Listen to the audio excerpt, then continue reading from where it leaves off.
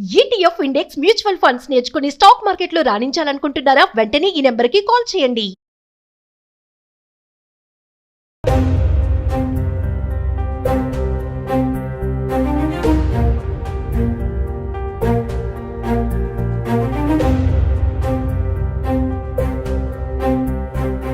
ప్రపంచ సంపన్న దేశమైన అమెరికా కష్టాల్లో ఉంది.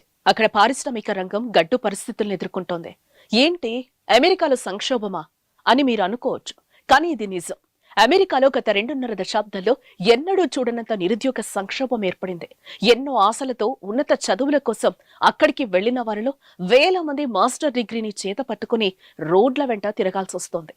ఒకవైపు బ్యాంకుల నుంచి తీసుకున్న విద్యా రుణం వారిని భయపెడుతూ ఉండగా, మరోవైపు ఉద్యోగం ఎప్పుడొస్తుందో తెలియక తీవ్ర ఆందోళన చెందుతున్నారు.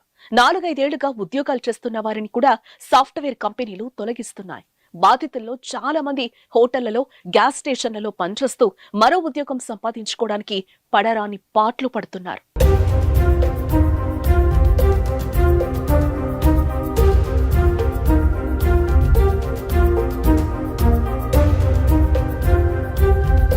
అమెరికాలోని సాఫ్ట్వేర్ కంపెనీలో అధిక వేతనాలతో కూడిన ఉద్యోగాలు లభిస్తాయనే నమ్మకంతో మన దేశం నుంచి ప్రతి ఏడాది విద్యార్థులు అక్కడికి వెళ్తూ ఉంటారు. ఇలా 2022-23 సంవత్సరంలో దాదాపు 2 లక్షల మంది వెళ్లారు. వీరిలో తెలుగు విద్యార్థులు 45,000 నుంచి 55,000 మంది వరకు ఉంటారని కన్సల్టెన్సీ సంస్థల ప్రతినిధులు తెలిపారు. అమెరికా వెళుతున్న విద్యార్థుల్లో చాలా మంది ఎంఎస్ లో కంప్యూటర్ సైన్స్, దాని అనుబంధ కోర్సులను చదివేందుకే అధిక ప్రాధాన్యం ఇస్తున్నారు. 2 ఏళ్ల కిందటి వరకు అమెరికాలో ఎంఎస్ చేసిన వారిలో దాదాపు 85% మందికి అక్కడే ఉద్యోగాలు లభించాయి.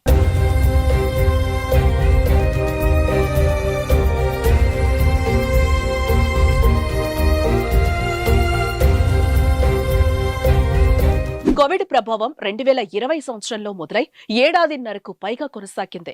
2 సార్లు విధించిన లాక్డౌన్ కారణంగా అమెరికాలోని అన్ని రకాల పరిశ్రమలు కుదేలయ్యాయి. వాటిని రక్షించుకోవడానికి అక్కడి ప్రభుత్వం ప్రత్యేక ప్యాకేజీలు ప్రకటించడంతో 2021-22లో కంపెనీలకు భారీగా నిధులు అందాయి. బ్యాంకులు తక్కువ వడ్డీకే వేల కోట్లు రుణాలు ఇవ్వడంతో అనేక కంపెనీలు పెద్ద ఎత్తున ఉపయోగించుకున్నాయి. ఫలితంగా ఐటీ కంపెనీలకు అనూహ్యంగా ఆర్డర్లు వచ్చాయి. కంపెనీలు సైతం ఉద్యోగులను అదే స్థాయిలో తీసుకున్నాయి. కోవిడ్ ప్రభావం తగ్గిపోయాక అమెరికా ప్రభుత్వం ప్యాకేజీలను నిలిపేసింది. పారిశ్రామిక రంగం మాత్రం పెద్దగా పుంజుకోలేదు.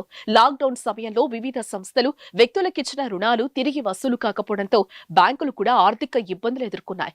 దీంతో అవి రుణాలివ్వడం ఆపేశాయి.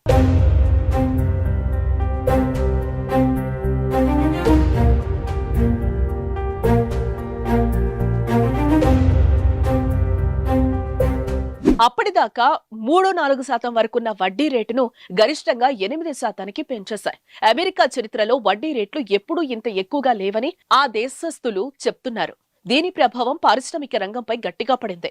ఈ నేపథ్యంలో ఐటీ కంపెనీలకు ఒక్కసారిగా ఆర్డర్లు తగ్గిపోయాయి. చేయాల్సిన పని కంటే మానవ వనరుల సంఖ్య అధికంగా ఉండడంతో ఐటీ కంపెనీలు కోవిడ్ సమయంలో చేర్చుకున్న ఉద్యోగులను 2023 మార్చి నుంచి తొలగించడం మొదలుపెట్టాయి. అధిక జీతాలు పొందుతున్న ఉన్నత ఉద్యోగులను భారీగా తొలగించాయి. గతంలో వేల మందికి ఉద్యోగాలు ఇచ్చిన ఐటీ కంపెనీలు ఇప్పుడు వందల సంఖ్యలోనే నియామకాలు చేస్తున్నాయి. ఈ పరిణామాలన్నీ భారత్ నుంచి వెళ్లిన వారిపై తీవ్రంగా చూపుతున్నాయి. తెలుగు రాష్ట్రాల నుంచి వెళ్లిన వేల మందికి ఎంఎస్ పూర్తి చేసినా ఉద్యోగాలు లభించడం లేదు.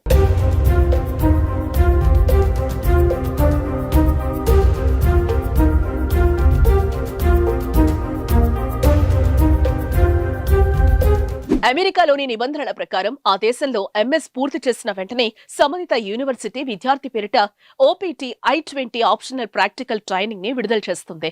ఇది వచ్చిన నెల రోజుల్లోనే ఎంప్లాయ్మెంట్ ఆథరైజేషన్ డాక్యుమెంట్ కి దరఖాస్తు చేయాలి. దీనికి ఆమోదం లభించిన 3 నెలల్లో ఏదో ఒక ఉద్యోగంలో చేరాలి. లేని పక్షంలో ఆ దేశాన్ని విడిచిపెట్టాలి. అయితే విద్యార్థులు వర్సిటీ ఫీజుల కోసం 20 లక్షల నుంచి ₹1 కోటి వరకు బ్యాంకుల నుంచి విద్యా రుణం తీసుకుంటారు. స్వదేశానికి వచ్చాక ఇక్కడ ఉద్యోగం దొరకకపోతే ఆర్థిక పరిస్థితి తలకిందులవుతుంది. అందుకే ఏదో ఒక రూపంలో అమెరికాలో ఉండేందుకు ప్రయత్నిస్తున్నారు.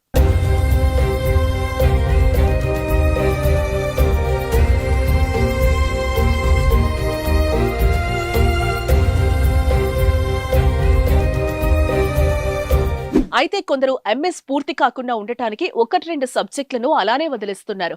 మరికొందరు యూనివర్సిటీ ప్రొఫెసర్ల దగ్గరే రీసెర్చ్ సహాయకులుగా చేరుతున్నారు. దీనికి ఎలాంటి జీతం ఉండదు. అయితే ప్రొఫెసర్ ఇచ్చే పత్రంతో ఏడాది పాటు అమెరికాలోనే ఉండొచ్చు. ఇంకొందరు కన్సల్టెంట్లను సంప్రదించి ఎక్కడో ఒక చోట పనిచేస్తున్నట్లుగా ధృవపత్రం తెచ్చుకుంటున్నారు. సమస్య ఇంతలా వేధిస్తున్నా ఏటా అక్కడికి వెళ్లే వారి సంఖ్య మాత్రం తగ్గకపోవటం గమనార్హం. వచ్చే నవంబర్లో అమెరికా అధ్యక్ష ఎన్నికలు జరగబోతున్నాయి. బైడెన్, డొనాల్డ్ ట్రంప్ పోటీ పడే అవకాశం ఉంది.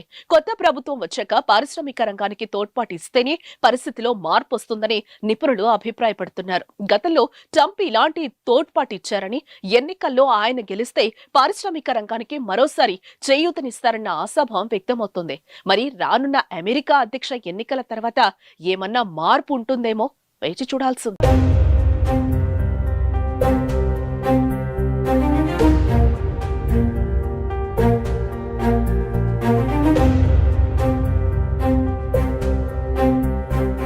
ప్రపంచ సంపన్న దేశమైన అమెరికా కష్టాల్లో ఉంది. అక్కడ పారిశ్రామిక రంగం గడ్డు పరిస్థితులను ఎదుర్కొంటోంది. ఏంటి, అమెరికాలో సంక్షోభమా అని మీరు అనుకోవచ్చు. కానీ ఇది నిజం. అమెరికాలో గత 2.5 దశాబ్దాల్లో ఎన్నడూ చూడనంత నిరుద్యోగ సంక్షోభం ఏర్పడింది. ఎన్నో ఆశలతో ఉన్నత చదువుల కోసం అక్కడికి వెళ్లిన వారిలో వేల మంది మాస్టర్ డిగ్రీని చేత పట్టుకుని రోడ్ల వెంట తిరగాల్సి వస్తోంది. ఒకవైపు బ్యాంకుల నుంచి తీసుకున్న విద్యా రుణం వారిని భయపెడుతూ ఉండగా, మరోవైపు ఉద్యోగం ఎప్పుడొస్తుందో తెలియక తీవ్ర ఆందోళన చెందుతున్నారు. 4-5 ఏళ్లుగా ఉద్యోగాలు చేస్తున్న వారిని కూడా సాఫ్ట్వేర్ కంపెనీలు తొలగిస్తున్నాయి. బాధితుల్లో చాలా మంది హోటళ్లలో, గ్యాస్ స్టేషన్లలో పనిచేస్తూ మరో ఉద్యోగం సంపాదించుకోవడానికి పడరాని పాట్లు పడుతున్నారు.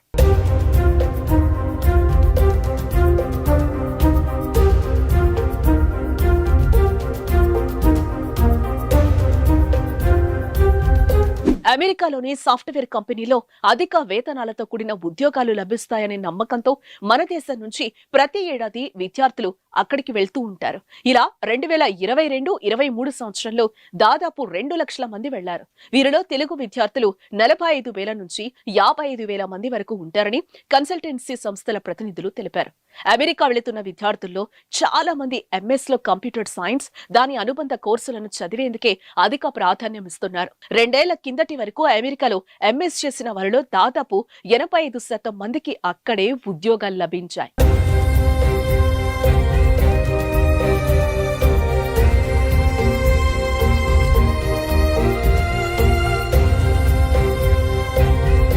కోవిడ్ ప్రభావం 2020 సంవత్సరంలో మొదలై ఏడాదిన్నరకు పైగా కొనసాగింది. 2 సార్లు విధించిన లాక్డౌన్ కారణంగా అమెరికాలోని అన్ని రకాల పరిశ్రమలు కుదేలయ్యాయి. వాటిని రక్షించుకోవడానికి అక్కడి ప్రభుత్వం ప్రత్యేక ప్యాకేజీలు ప్రకటించడంతో 2021-22లో కంపెనీలకు భారీగా నిధులు అందాయి. బ్యాంకులు తక్కువ వడ్డీకే వేల కోట్లు రుణాలు ఇవ్వడంతో అనేక కంపెనీలు పెద్ద ఎత్తున ఉపయోగించుకున్నాయి. ఫలితంగా ఐటీ కంపెనీలకు అనూహ్యంగా ఆర్డర్లు వచ్చాయి. కంపెనీలు సైతం ఉద్యోగులను అదే స్థాయిలో తీసుకున్నాయి. కోవిడ్ ప్రభావం తగ్గిపోయాక అమెరికా ప్రభుత్వం ప్యాకేజీలను నిలిపేసింది. పారిశ్రామిక రంగం మాత్రం పెద్దగా పుంజుకోలేదు. లాక్డౌన్ సమయంలో వివిధ సంస్థలు వ్యక్తులకిచ్చిన రుణాలు తిరిగి వసూలు కాకపోవడంతో బ్యాంకులు కూడా ఆర్థిక ఇబ్బందులు ఎదుర్కొన్నాయి. దీంతో అవి రుణాలివ్వడం ఆపేశాయి.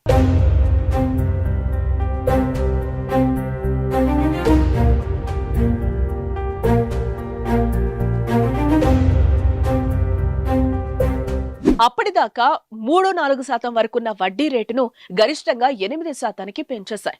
అమెరికా చరిత్రలో వడ్డీ రేట్లు ఎప్పుడూ ఇంత ఎక్కువగా లేవని ఆ దేశస్థులు చెప్తున్నారు. దీని ప్రభావం పారిశ్రామిక రంగంపై గట్టిగా పడింది. ఈ నేపథ్యంలో ఐటీ కంపెనీలకు ఒక్కసారిగా ఆర్డర్లు తగ్గిపోయాయి. చేయాల్సిన పని కంటే మానవ వనరుల సంఖ్య అధికంగా ఉండడంతో ఐటీ కంపెనీలు కోవిడ్ సమయంలో చేర్చుకున్న ఉద్యోగులను 2023 మార్చి నుంచి తొలగించడం మొదలుపెట్టాయి. అధిక జీతాలు పొందుతున్న ఉన్నత ఉద్యోగులను భారీగా తొలగించాయి. గతంలో వేల మందికి ఉద్యోగాలు ఇచ్చిన ఐటీ కంపెనీలు ఇప్పుడు వందల సంఖ్యలోనే నియామకాలు చేస్తున్నాయి. ఈ పరిణామాలన్నీ భారత్ నుంచి వెళ్లిన వారిపై తీవ్రంగా చూపుతున్నాయి. తెలుగు రాష్ట్రాల నుంచి వెళ్లిన వేల మందికి ఎంఎస్ పూర్తి చేసినా ఉద్యోగాలు లభించడం లేదు.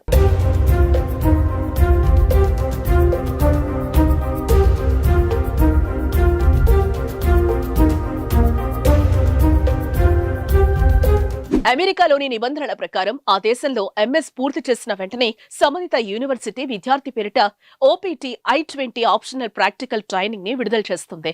ఇది వచ్చిన నెల రోజుల్లోనే ఎంప్లాయ్మెంట్ ఆథరైజేషన్ డాక్యుమెంట్ కి దరఖాస్తు చేయాలి. దీనికి ఆమోదం లభించిన 3 నెలల్లో ఏదో ఒక ఉద్యోగంలో చేరాలి. లేని పక్షంలో ఆ దేశాన్ని విడిచిపెట్టాలి. అయితే విద్యార్థులు వర్సిటీ ఫీజుల కోసం 20 లక్షల నుంచి కోటి రూపాయల వరకు బ్యాంకుల నుంచి విద్యా రుణం తీసుకుంటారు. స్వదేశానికి వచ్చాక ఇక్కడ ఉద్యోగం దొరకకపోతే ఆర్థిక పరిస్థితి తలకిందులవుతుంది. అందుకే ఏదో ఒక రూపంలో అమెరికాలో ఉండేందుకు ప్రయత్నిస్తున్నారు.